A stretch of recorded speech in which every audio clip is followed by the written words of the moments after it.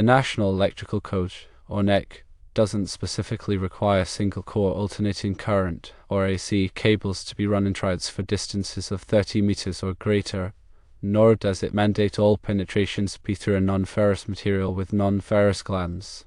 Single-core AC cables are not common in installations in the United States, so the NEC may not address this configuration directly because it's not a widespread practice.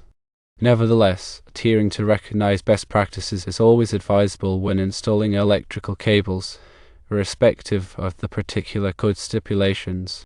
When working with single-core AC cables, arranging them in triads and employing non-ferrous materials for penetrations can be an effective strategy to mitigate the risk of electrical interference and other related issues. If specific concerns arise regarding the requirements for a particular installation, seeking guidance from a qualified electrician or electrical engineer is essential. Here's why these practices are generally recommended for single-core AC cables, especially when high currents are involved. Firstly, minimizing inductive reactance is an important consideration. When a single conductor carries alternating current, it creates a magnetic field around it. This magnetic field induces a voltage in the conductor, opposing the flow of current. This opposition is known as inductive reactance. The inductive reactance is proportional to the frequency of the alternating current and the inductance of the conductor. Single-core cables have a relatively high inductance compared to multi-core cables, especially when run individually. When single-core cables are arranged in a triad, with each cable carrying one phase of a three-phase system, the magnetic fields produced by each cable tend to cancel each other out. This reduces the overall inductance of the circuit and, consequently, the inductive reactance. Lower inductive reactance results in a higher power factor and improved efficiency of the electrical system. Secondly, controlling eddy currents is also essential. The alternating magnetic field around a single-core cable can induce circulating currents in nearby metallic objects. These circulating currents are called eddy currents. Eddy currents dissipate energy in the form of heat, which can lead to overheating and reduced efficiency. Furthermore, eddy currents can induce voltages in nearby conductors, causing interference. Running single-core cables in a triad helps to reduce the net magnetic field, thereby minimizing eddy current losses and interference. Using non-ferrous materials for penetrations further minimizes eddy current losses, as non-ferrous materials like aluminum and brass have lower magnetic permeability than ferrous materials like steel. Thirdly, managing heat dissipation is also important. Single-core cables carrying high currents can generate significant heat due to resistive losses. Proper heat dissipation is crucial to prevent overheating and insulation damage. Arranging cables in a triad allows for better heat dissipation compared to running them individually, as the surface area for heat transfer is increased.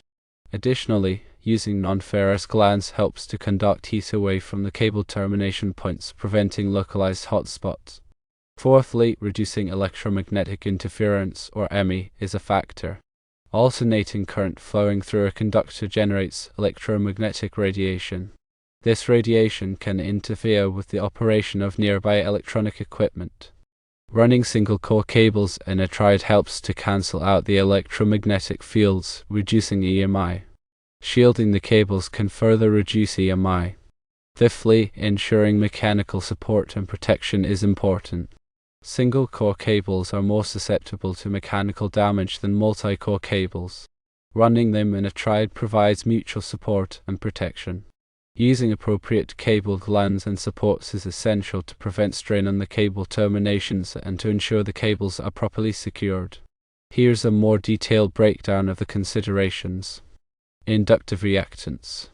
Single-core cables, especially when used in AC systems, exhibit inductive reactance due to the magnetic field surrounding each conductor. This reactance impedes current flow, reduces the power factor, and increases losses. Arranging the cables in a triad configuration, where each cable carries one phase of a three-phase system, minimizes the loop area enclosed by the conductors. This close proximity and symmetrical arrangement cause the magnetic fields to largely cancel each other out, significantly reducing the overall inductance and, consequently, the inductive reactance of the circuit. This results in improved voltage regulation and reduced energy losses. Eddy current losses. The alternating magnetic field produced by AC currents in single-core cables can induce eddy currents in nearby metallic structures such as cable trays, enclosures, and support structures. These eddy currents circulate within the metal, dissipating energy as heat. The magnitude of these losses depends on the frequency of the current, the strength of the magnetic field, and the conductivity and permeability of the surrounding materials. Ferrous materials, such as steel, have high permeability and are therefore more susceptible to eddy current losses. Non-ferrous materials, like aluminum and brass, have much lower permeability, reducing eddy current losses. Using non-ferrous materials for cable glands, mounting hardware, and enclosure penetrations prevents the formation of closed loops that would otherwise facilitate the flow of eddy currents. This minimizes heat generation, reduces energy waste, and prevents potential damage to nearby components. Electromagnetic interference, or EMI. Single-core cables carrying AC currents can radiate electromagnetic energy, which can interfere with sensitive electronic equipment. This EMI can disrupt the operation of control systems, communication networks, and other critical devices. Arranging the cables in the triad configuration helps to contain the electromagnetic fields, reducing the amount of radiated energy. Furthermore, using shielded cables and grounding the shields properly can provide additional protection against EMI. Non-ferrous glands can also help to minimize EMI by providing a low impedance path for high-frequency currents to ground. Current carrying capacity and heat dissipation. Single-core cables carrying high currents generate heat due to resistive losses in the conductor. Overheating can degrade the cable insulation, reduce its lifespan, and potentially lead to electrical failure.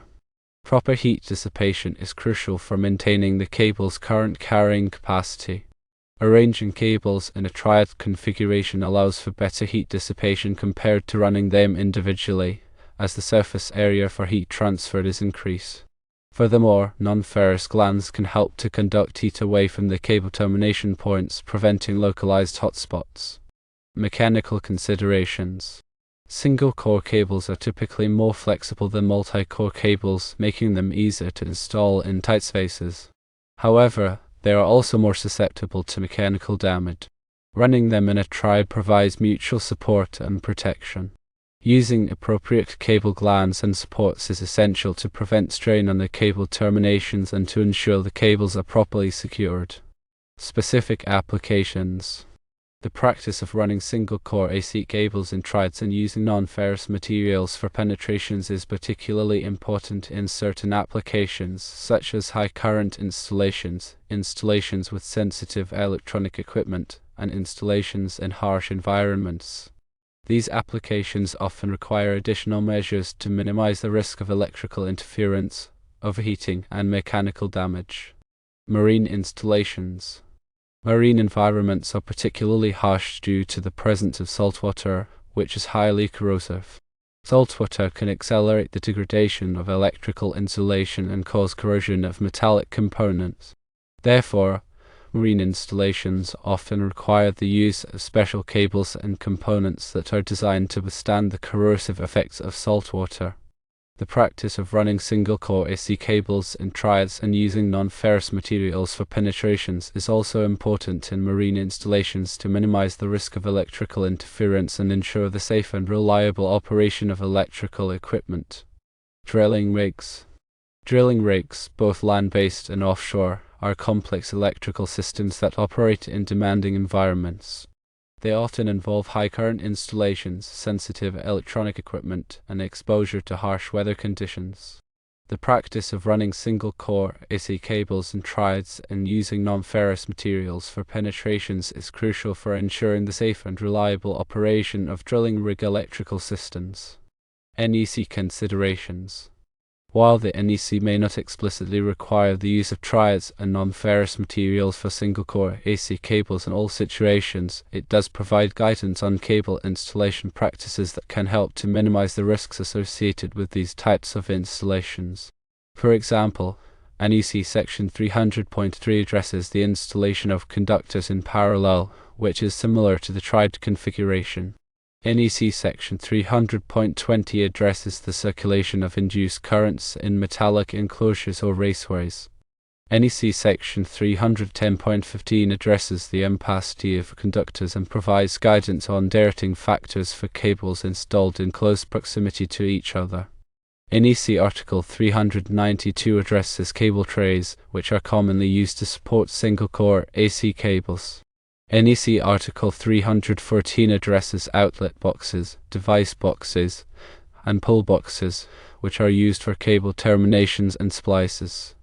NEC Article 250 addresses grounding and bonding, which are essential for minimizing the risk of electrical shock and ensuring the proper operation of electrical equipment. It's essential to consult with a qualified electrical engineer or electrician to ensure that the installation meets all applicable codes and standards.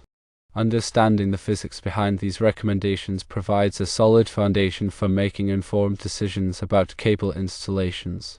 The benefits of these practices extend beyond code compliance, leading to more reliable, efficient, and safer electrical systems.